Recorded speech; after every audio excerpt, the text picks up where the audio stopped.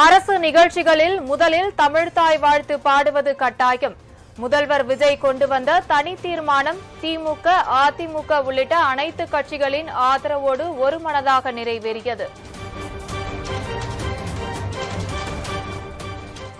நெல்லுக்கான ஆதார விலையை வரலாற்றில் இதுவரை இல்லாத வகையில் அதிகமாக உயர்த்தி அறிவித்தார் முதலமைச்சர் விஜய். சன்னரக நெல் குவிண்டாலுக்கு 289 ரூபாயும், பொது ரகத்திற்கு 159 ரூபாயும் உயர்த்தப்படுகிறது.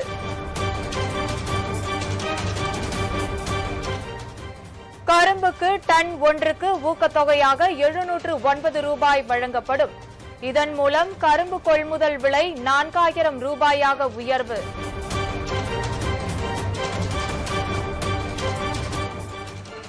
காவிரியில் தண்ணீர் திறந்துவிட மறுக்கும் கர்நாடக அரசை எதிர்த்து தமிழக அரசு தொடர்ந்த வழக்கு வரும் வியாழக்கிழமை உச்சநீதிமன்றத்தில் விசாரணைக்கு வருகிறது.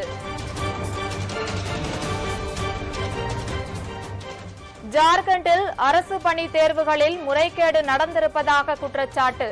சட்டப்பேரவையை முற்றுகையிட சென்ற மாணவர் அமைப்பினர் தடுத்து நிறுத்தம்.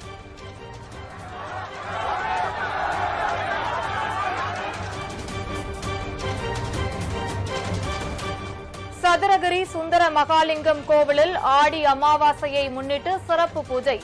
பல்லாயிரக்கணக்கான பக்தர்கள் யாத்திரையாக சென்று வழிபாடு.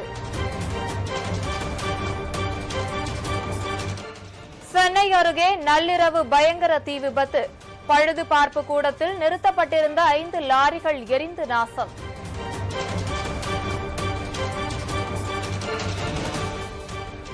கடலூர் மாவட்டம் காட்டுமன்னார் கோவிலில் தீப்பற்றி எரிந்த இருசக்கர வாகனம். நல்வாய்ப்பாக உயிர் சேதம் தவிர்க்கப்பட்டது.